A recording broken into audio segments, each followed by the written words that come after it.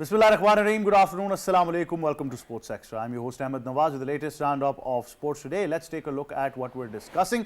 First of all, of course, we're going to be talking about Pakistan's tour to Australia. The team has now arrived in Melbourne, and of course the remaining players also arrived overnight as well. The team also, some part of the team took their participation in the training session, batting, bowling and fielding, and it was pertinent to mention that the series is commencing from 4th of November, followed by 3 T20s. Rizwan has of course joined as well, along with the vice captain Salman Ali Agha, and an ODI series, then a T20 series is really going to set the precedent. And what's the key to success in Australia? I think that's going to be very, very important. And it's a task which is very, very particular, but I think it's been a hallmark now that whenever there's a new captain, there's an Australia tour. So that becomes very, very famous, and I think the tag of Australia remains with the player throughout his career. Oh, this is what he did in Australia. So we'll talk about that in detail. Then we move on to the Quaid-e-Azam Trophy, and we talk about all the details that there are. Hyderabad region is leading the points table with 28 points. Sialkot region is facing Quetta on the first. Faisalabad is facing Abbottabad, and of course Quaid-e-Azam Trophy, Pakistan's premier first-class domestic tournament. How can we make it better? It should be the question of the hour as well, and we'll talk about the 18 teams from 16 regions that are participating. Then we move on to something very particular that has been in news headlines all around the world. United Nations and United Nations experts have criticized the ban of France on hijab on sports, and they have termed it as completely unacceptable and discriminatory. They have also called for the reversal of this ban as well. Federations have opted to exclude players wearing headscarves. Women who wear hijab have equal rights to participate in sports.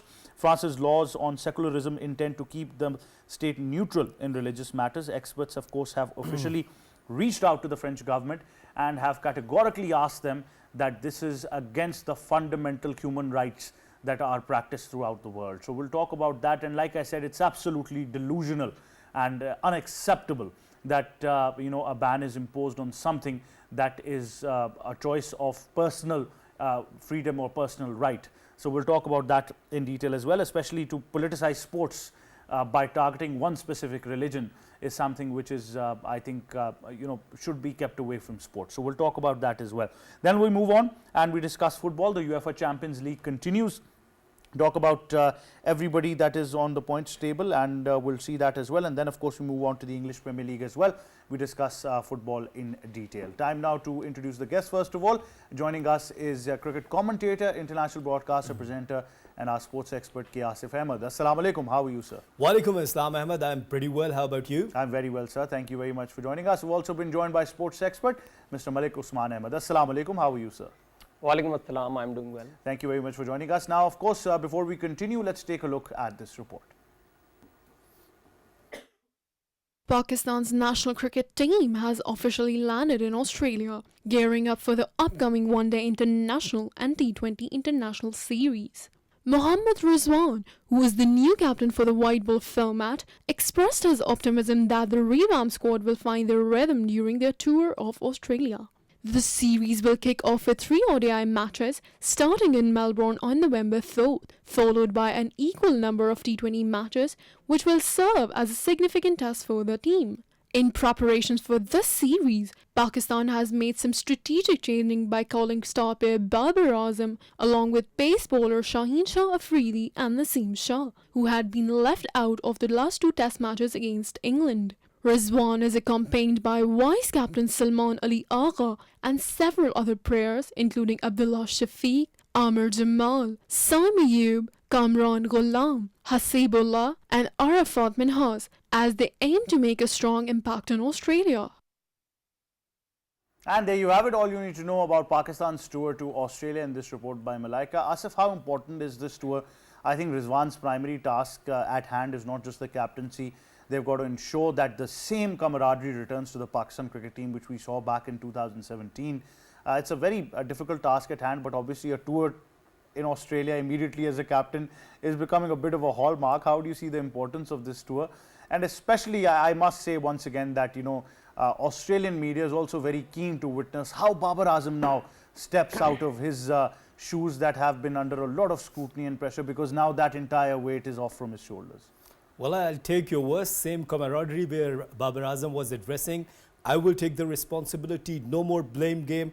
We have played like a unit, and we will play like a unit. So I think that that same camaraderie require, you rightly said that, and it's a big task for the new skipper Mohammad Rizwan. And as Mohammad Rizwan stepped in as a skipper, we have heard that he has started lobbying between the Pakistan Cricket Board and Fakhar Zaman, and he has communicated both of them and said that now let's resolve this issue. And I think that now Pakistan Cricket Board will take the words from the skipper, and Fakhar Zaman will go for an unconditional apology. This is what I have heard, and I think that would be a good news for Pakistan cricket. First thing. But the other side, where is the zero tolerance which we have heard from Pakistan cricket, the chairman of Pakistan Cricket Board?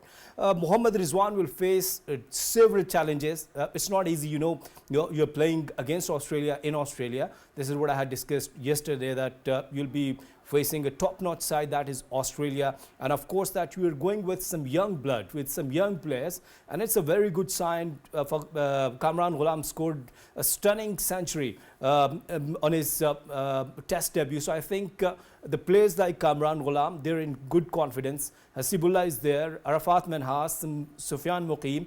These are the players who already played really well for domestic cricket. In domestic cricket, they performed well, and now they got some place in national side. So I think when we talk about the leading skills of Mohammad Rizwan, everyone appreciated, because we have watched him while he was captain of Peshawar region in domestic circuit.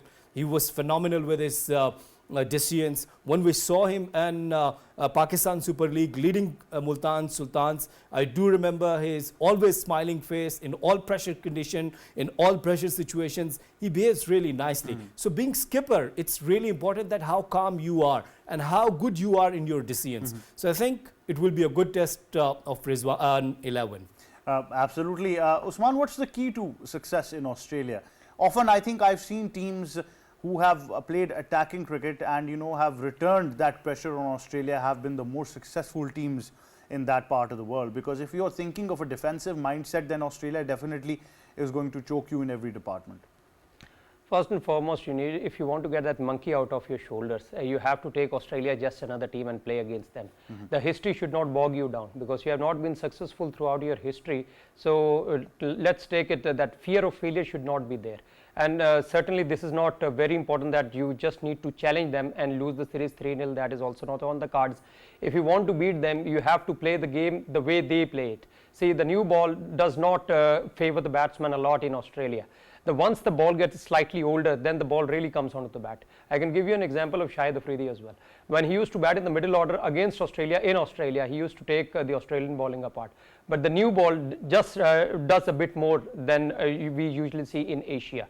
So Pakistanis need to take the game to the Australians, and they need to play their natural cricket, and that is all they can expect. If they can give their best, they can really give a fight to Australia, and one day is anybody's game. And then there is a T20 series which Pakistan would fancier much more than their one days. But certainly Pakistan has to play an attacking cricket, because playing a defensive cricket and scoring to 30 to 20 is not going to bug Australia that much.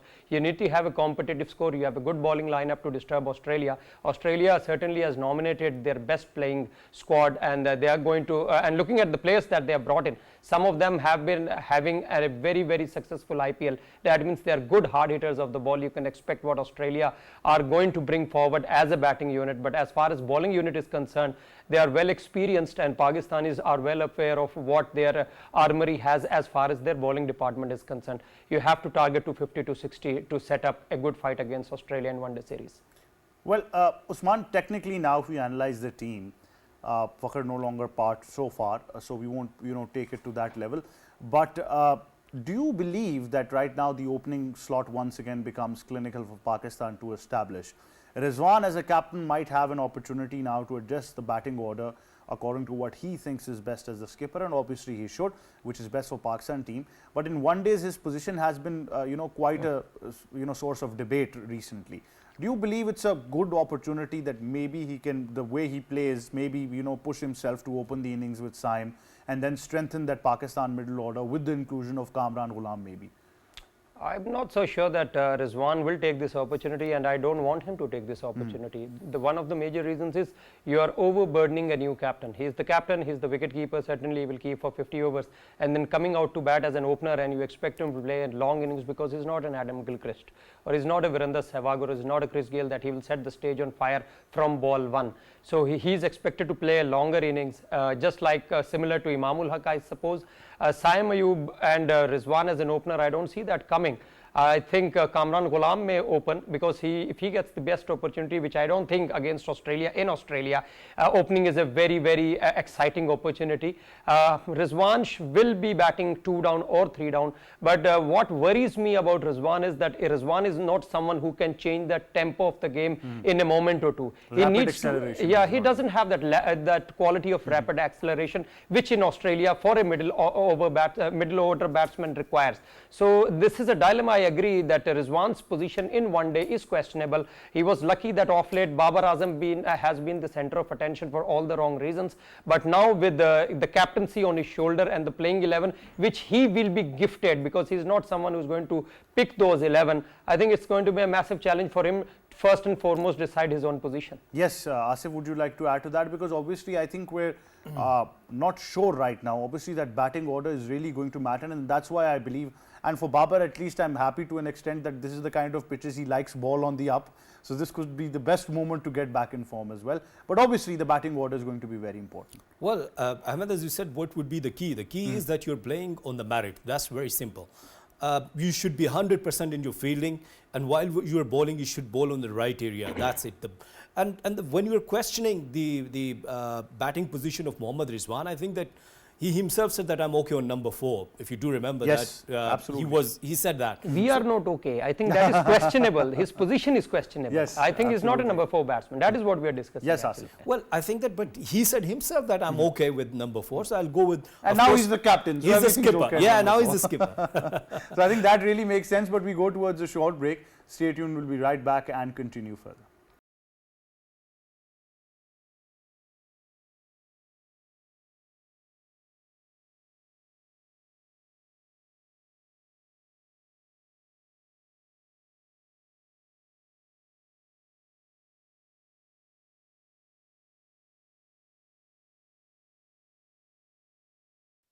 Welcome back to Sports Extra. During the break, we were trying to figure out our playing 11s and our batting order. And Asif, the witty character as he is, he thinks, Usman actually thinks that the number 5 position is the most important.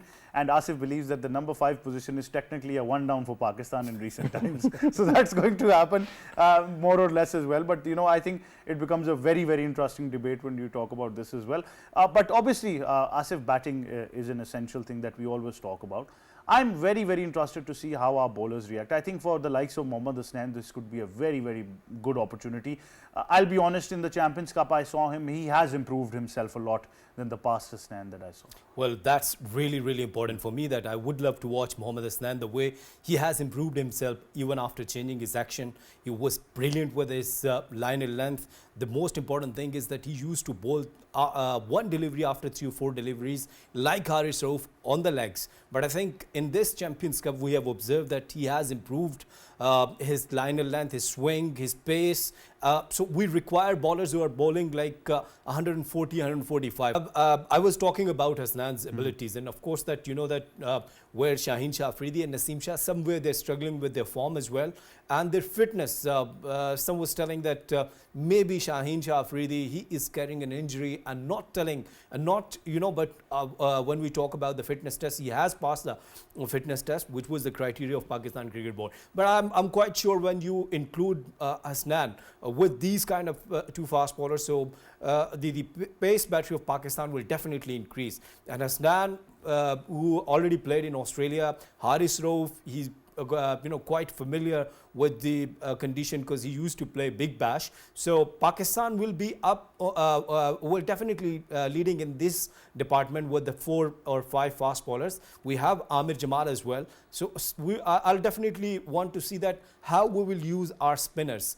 And what would be the key? Of course, that either you're coming up some young blood, or you will try to sort out to go with Salman Ali Agha, and that's it. Right. Just for our viewers' perspective, all of you are tuned into PTV World Screens right now watching Sports Extra, but you also have the facility of watching us on the platform of Facebook Live, courtesy of the pages of PTV Sports Official. And thank you for all of you who are tuned in right now. And there are particular comments as well. Mir Altaf has just commented Fakhar Zaman. So that's the only thing he said. But I think, Asif, what he means is that, you know, what is going to happen for Fakhar Zaman? Well, I have already given a Yes. news that Fakhar Zaman, that Mohammad Rizwan now stepped in and he said that Fakhar Zaman, you should go for an unconditional apology because he has breached the contract of Pakistan Cricket Board. So these guys who are just watching us, I'm giving you this news again that you will get a very, very good news regarding Fakhar Zaman, Right. that he is coming back in Right, the so side. there was a lot of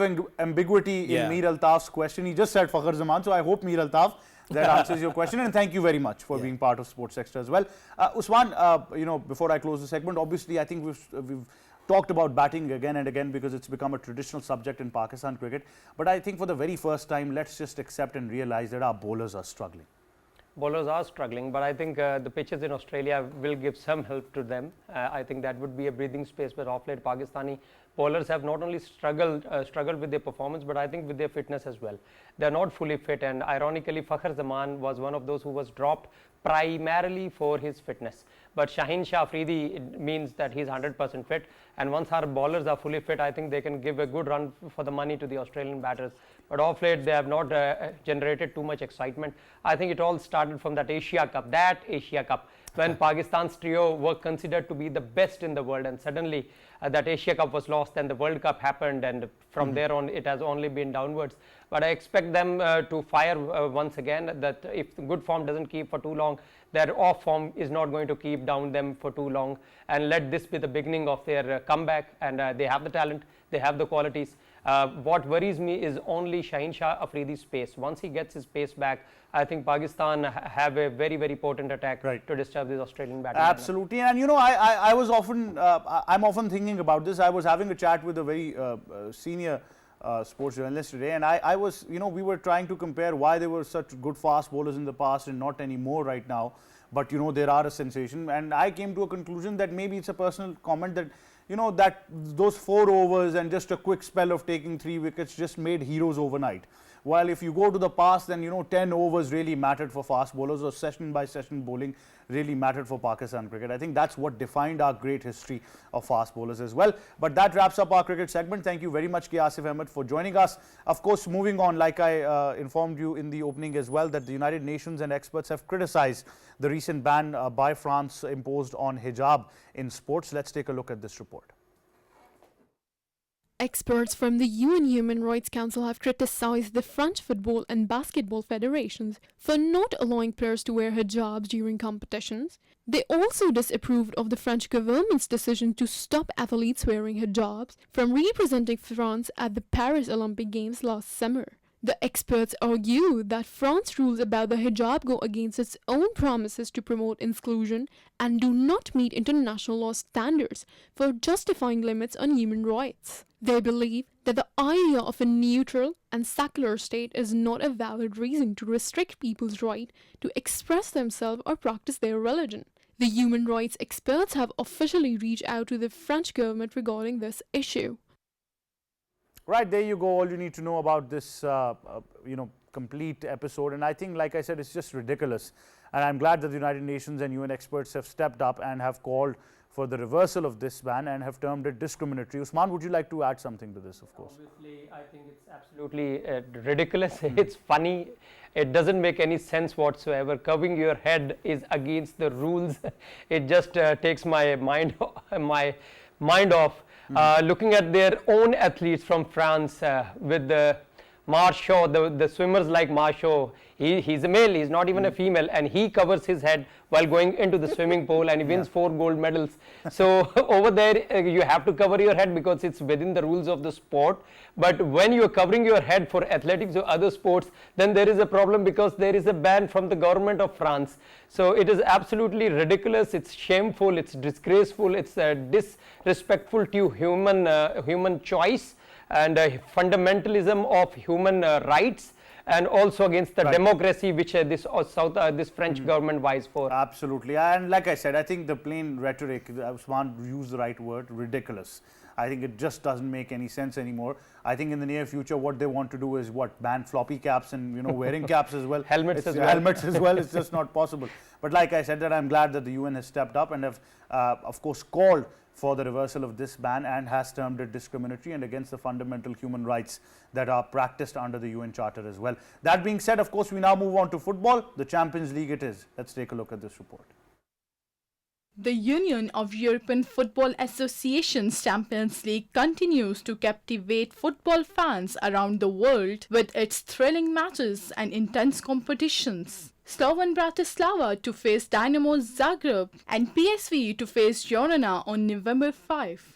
Aston Villa and Liverpool are tied at the top with 9 points each, showing impressive form. Following close behind, Manchester City, Monaco and Brest each have 7 points, keeping the race tight and the competition fierce. As the teams continue to battle for every point, the journey to the top spot in the league is only getting more exciting. Right, there you have it. All you need to know about the Champions League in this report by Sabah. Joining us in studios is sports expert Ali Mehdi. Assalamu alaikum, how are you? Welcome, Sam. I'm very well. Well, when was the last time you would have thought, even in your wildest of dreams, that Aston Villa would be on top in the Champions League? Well, we go back, this is what they're reminiscent to the good old days when they won the Champions League twice in a row. I mean, you talk about 1982 or something, that's when they won the Champions League. So they have that pedigree, but you have to go back about 40, 45 years. Look, Aston Villa are a completely different team. They've been absolutely phenomenal. The way they made it to the Champions League last year, making it into the top 4, speaks volumes so that the progress they've had under Emery too. I mean, this is a team which was actually just fighting against relegation places a couple of years ago when actually Emery took over. And when he's come, he's transformed this team. He's brought about that attacking flair, defensive input too. And they've also beaten the big teams too. But when it comes to the big competition in the European Champions League, they've been absolutely brilliant. 3 in a bounce. They're on top of this new Champions League sort of a format. They've done incredibly well for themselves. Usman, you made a very particular comment about Unai Emery, and I think it makes a lot of sense at this moment as well. He's been remarkable. He has been a dream coach for Aston Villa, and he has won the confidence and the love and the respect of the players, which is very, very important. They own him, they respect him, they call him a legend already. And like Madi has spoken absolutely, and you questioned him when in your wildest dream you must have expected. That was 40, 45 years ago. And now they have beaten Bayern Munich. That is no joke. They are yet to concede a goal in Champions League. That is another masterclass, defensive masterclass. That is remarkable. From Aston Villa. I mean, Usman, that gives us a perspective of the tactical game that they're playing right now. Obviously, and he's not going for a draw by any means. He has won all 3 games and is doing wonderfully well in the Premier League as well. So he's having a fantastic season. He had a brilliant season last season as well. He's showing that qualifying for the Champions League was no fluke. They absolutely belong in this Champions League. The format has changed, but their vision has not changed. They want to go all the way. They have virtually into the playoffs already with 5 more matches to go, and they are doing extremely well, and I don't think they're going to be stopped too early. Well, certainly, and it's on a bit of a hindsight as well, Ali Mehdi, but some football pundits have also claimed that he might be in line for a job at Old Trafford very soon as well, Unai Emery. Well, these are rumors, but if you look at the betting odds of what's been happening over the past 3 days, it's going absolutely crazy. The appointment of Manchester United has already taken place. That's a different story. But Ruben from Sporting is actually who used to be a player for Benfica and has done incredibly well for Sporting Lisbon. I mean, the manager has actually been absolutely phenomenal over there, making he's on top of the league over there. 30 goals, he scored just 2 the goals conceded, and in top. So he's probably going to be the prospective manager for Manchester United. I believe terms have already been signed. But getting back to Aston Villa, I mean, they're doing incredibly well with Ollie Watkins over there, Morgan Rogers over there, their defensive output. Onana they've got over there too. So Adama and Onana. So they've done very well for themselves, and I expect them to have a very good run in the Champions League too, and in the Premier League. They're actually going to really going to try to challenge for those top 4 spots. So Unai Emery has done incredibly well, and I do expect that great things to come. And let's not forget, if there's anybody who's happy, it's the future king of England. That's Prince William, who himself is a lifelong Aston Villa supporter. So he's incredibly happy that the Aston Villa are doing well. Well, Usman, this new format has been a bit debatable right now. I think just into 2 game weeks of this new format, some people have termed it to be, on the side of is it fair or not, the new league format. It takes away the competitive element of it as well. Losses are not mattering. How would you analyze this, having followed Champions League throughout?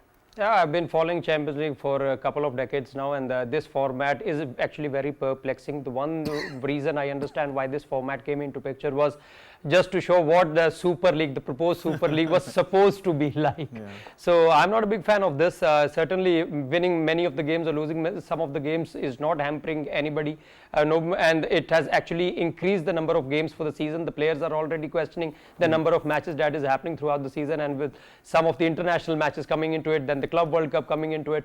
All in all, this format is not very exciting. Before, you used to know that how this ranking system or coefficient used to work, and things were happening on merit. Now suddenly Aston Villa is on the top of it, but we just don't know that how they are going to end up in the next couple of games, because this format is very, very tricky, and even if you finish in the lower middle table, you can still qualify for the playoffs, and that is absolutely ridiculous. We are not here sitting watching these kind of games. We wanted extremely crunchy, competitive kind of football in Champions League. That is what Champions League was all about. It was not all about, in literal terms, to be a league phase of a tournament, and this has not excited many of the fans. And if UEFA felt that they are going to get a good rating out of these games, I don't think it's serving them that purpose. Ali Mehdi, how would you comment on this as well, because you also follow football? I mean, you already have leagues around the world, and if you want to just bring another league into the Champions League, although I understand the structure, but it just takes away that competitive element. That's why some people are terming it as it's, uncompetitive at times now. It makes no sense. I completely agree with Usman Bhai over here. 32 teams actually are actually fighting for these positions too. But the fact of the matter is over here is that the number of match weeks, you have 8 matches, which are compared to 6 matches before. 6 matches previously. By the December, you would know who you'd be playing in the playoffs, and when it resumed in February, March. That itself was a lot of games too. But 8 matches, in the group stage, it's just too much. And then obviously you have a playoff for for the remaining 8 teams. 8 teams would have qualified. 8 teams, you're having playoffs for them for the round of 16. It's just too much football over there. And on top of that, the Club World Cup football, which will be happening at the end of the calendar, this European season calendar year, at the end of the season. It makes absolute no sense. Yesterday we had these League Cup games, and Manchester City actually have ended up with only 13 fit players. I mean, Pep Guardiola himself said that the people who are in charge of football, they want to actually kill us. So it makes absolutely no sense over here, and I genuinely feel that whilst it might be attracting and it generates a lot of revenue, majority of the people who follow football are not happy by this format. Well, certainly, I think that is the case, and kill us is the right word that has been used. I mean, it just takes away. And imagine, at a point where everybody's stressing the importance of international football and how you need to, primarily focus on. You just keep on increasing those league structures, and I think players eventually, it's not just about their choice, at the end of the day. It's about how physically they can equip themselves with that frequency of football that is being played as well. That brings us now to the Premier League as well, which has been on the highlight of today's show. Let's take a look at this report. The English Premier League enters in a thrilling stage. The competition at the top of the table is intense. Manchester City currently leads with 23 points, but their position is far from secure, as Liverpool is hot on their heels with 22 points. Both teams are in prime form, and with Liverpool facing Brighton on November 2nd, they have a chance to overtake City if they secure a victory. Meanwhile, Arsenal and Aston Villa, both with 18 points, are battling to close the gap, with Arsenal set for a challenging matchup against Newcastle. Chelsea, close behind at 17 points, also remains in the race, eager to capitalize on any slip-ups from the top teams. This upcoming round of fixtures promises potential changes in the standings, adding further excitement and unpredictability to the season. Well, there you have it. Sabah gives us the details of the Premier League and all the happenings over the weekend as well, and we of course discussed them in detail. We have some exciting games to discuss as well, but let's just discuss Usman, Arsenal and Liverpool. Very, very exciting game. Never disappoints whatsoever. 2-2 was the final score. It was very exciting. I think Arsenal would be slightly disappointed. But let me tell you that a new record was set in this game, and that was it became the highest ever scoring fixture in history of English Premier League. So that was the reason I said this game never disappoints. It doesn't matter who's playing home, who's playing away. Both team just goes for it when this look at each other. And I think Arsenal had a very, very dominant first half. They could have scored more, but that is how it is. If you get your chances, you have to score. But the disappointing thing was that once Arsenal's defensive injuries came into the picture, where Saliba was already red carded, he wasn't playing, and then Gabriel went off, then Timber went off, and once that makeshift defense came into the picture, Liverpool found a hole in that defense, and they went for that second goal. And once you have Salah in your side and he's firing all cylinders, there is always going to be one name on that score sheet which wasn't at that time, and that was Salah, and he had to make a difference in this game. It became 2-2. I think all in all it was a slightly fair result, but Arsenal was the more dominant team. They had to be, because they were playing at home. Liverpool was the happier side as far as the position in the table is concerned. Yes, Ali Mehdi, how would you analyze this game? And also, I must say congratulations on losing to West Ham United. Oh, thank you very much. I'm pretty much, like me, like yourself, we're pretty much used to it. But coming to Arsenal and Liverpool, like Osman Bhai said, you know, Arsenal versus Liverpool always lives up to the expectations. It's always a high-scoring fixture. It's always an enthralling game, even if it's a 0-0 or 1-0 or whatever. It's always a, you know, it's a marquee game. And, you know, it was a game which started off with Saka actually in the 9th minute. Actually, he scored a very good goal. He was injured too. He came and come back. Then obviously this Virgil van Dijk, who hasn't scored many goals this season from set pieces, he actually managed to come. And then after that, Merino getting his first goal. And then to top it off, you know, Salah was absolutely brilliant. You know, taking advantage of the fact of Arsenal's weakened defense, who've already lost Saliba. Gabriel is out for a while, and then also Timber also injured too. So I think Arsenal are going to have some problems. They've had some problems this season, especially with the referees' red cards too. So you know, at the end of the day, I think Arsenal will be disappointed. Well, Salah keeps on defying everybody who's after his age, so I think that happens. But thank you very much, Ali Mehdi, Malik Usman Ahmed, for joining us. That wraps up Sports Extra. For me and my entire team, it's goodbye for now.